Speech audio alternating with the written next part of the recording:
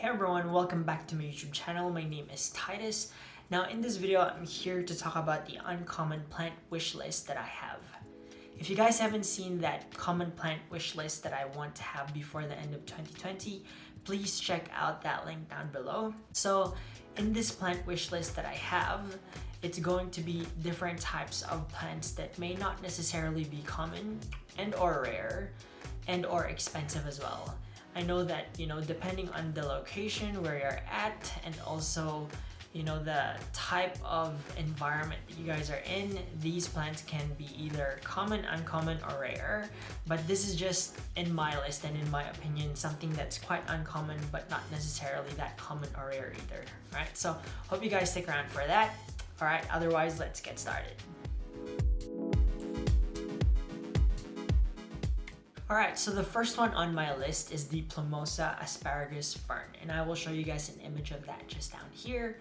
Right now, I really love the vibe that this plant actually gives, purely because it's good to bonsai, and actually it looks really nice when it's actually in that type of, small pot where it has like an overgrowing foliage all around it.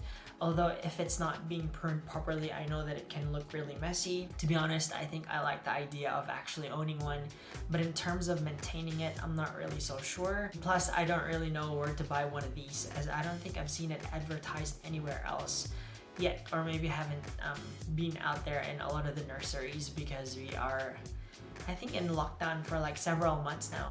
Alright, the second plant on my wish list is the Caladium White Christmas. Okay, and I wanted the Caladium form and or the larger form of it, not the Caladium Junior. Okay, apparently there's two differences between the two of those.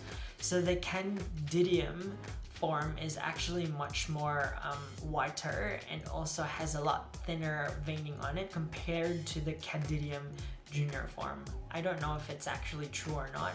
If you do know, please do comment that down below. But from when I was just looking online about the Caladium White Christmas, I found that that version that I have an image of here is actually the one that I prefer compared to the other one, which looks like this as well.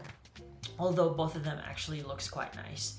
Now, it's only until recently that I found out that Syngonium and Caladiums are actually two different things.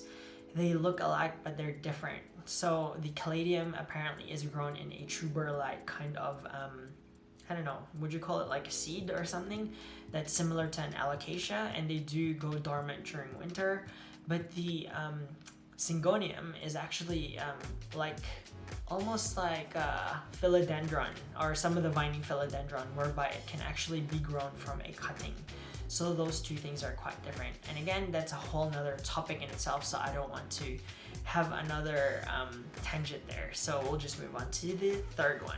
Alright, the third plant on my uncommon plant wish list is the Philodendron White Wizard. Okay, so again, I'm not going to discuss the differences between the White Wizard, White Princess, White Knight, and all that. But I just wanted to let you guys know that the reason why I want the White Wizard, even though I already have a White Princess, is the fact that it has pure green stems. Okay, and it looks like the form of it is actually much more rounder.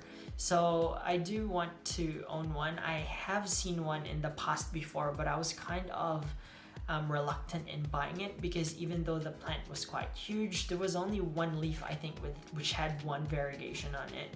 And the variegation was very, very tiny. But if I do find one with a larger variegation, and if I do know how to, or if I rather master the art of learning how to look after a variegated plant, then perhaps I can move on to buying one of these.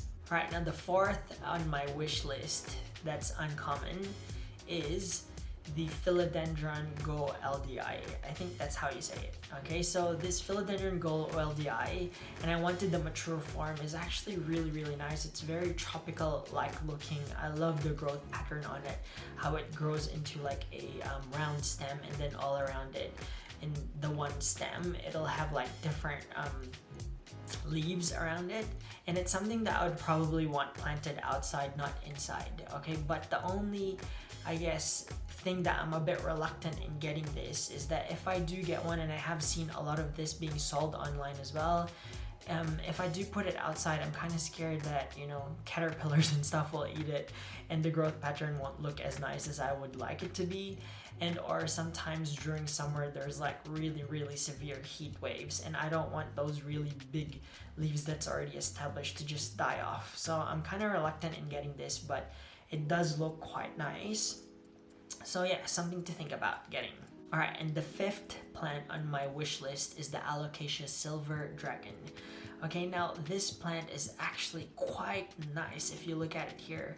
So I love the silver sheen that it has, and also that sort of dark grayish veining that it gives. And plus, it just looks very nice and velvety. I think it's velvety, I'm actually not sure. I haven't seen one in person yet. I don't think so. Now I'm kind of reluctant in actually owning one of these, purely because I've recently killed an Alocasia Black Velvet. Okay, so I accidentally overwatered it again, even though I shouldn't. So I'm kind of still learning how to handle alocasias, but I do have two alocasias that are doing quite well, and that's the Wentii and also the Coculata. Okay, it's amazing how, you know, the more common a plant is, the more easier they are to look after, and the more rarer they are, the more harder they're to look after. Okay, but hopefully in future when I do master how to look after alocasia in the dragon family, or dragon scale family rather, then hopefully I can own, or I will decide to own one of these again in future. We don't know, or I don't know. If I do own one, I also want one that's actually quite big and large and well established, so that it can actually tolerate different conditions. Otherwise, if I do buy a baby one, I'm scared that I'm just going to kill it. Okay, so that's pretty much it, guys. So I hope that you guys enjoyed watching this video. Those are my 5 uncommon plant wish list that I want to own before 2020. Highly unlikely actually, because the year's already ending, but maybe sometime next year, I don't know. Alright, I just thought I'd make this list just so I can reflect back on it in future when I do get these plants. And to be honest with you guys, even though these plants aren't as rare or as common, or rather they're accessible, I feel like it's highly unlikely that I will own these plants, purely because they're quite new to me. I don't know if they're easy to look after, and I definitely don't want to kill them. So those are the only things that I'm just a bit mindful of. So that's pretty much it. Alright, if you guys like this video, please click that like button. If you do want to see me make more videos like this, then please click that subscribe button. Otherwise, I will see you guys on the next video. Goodbye and God bless.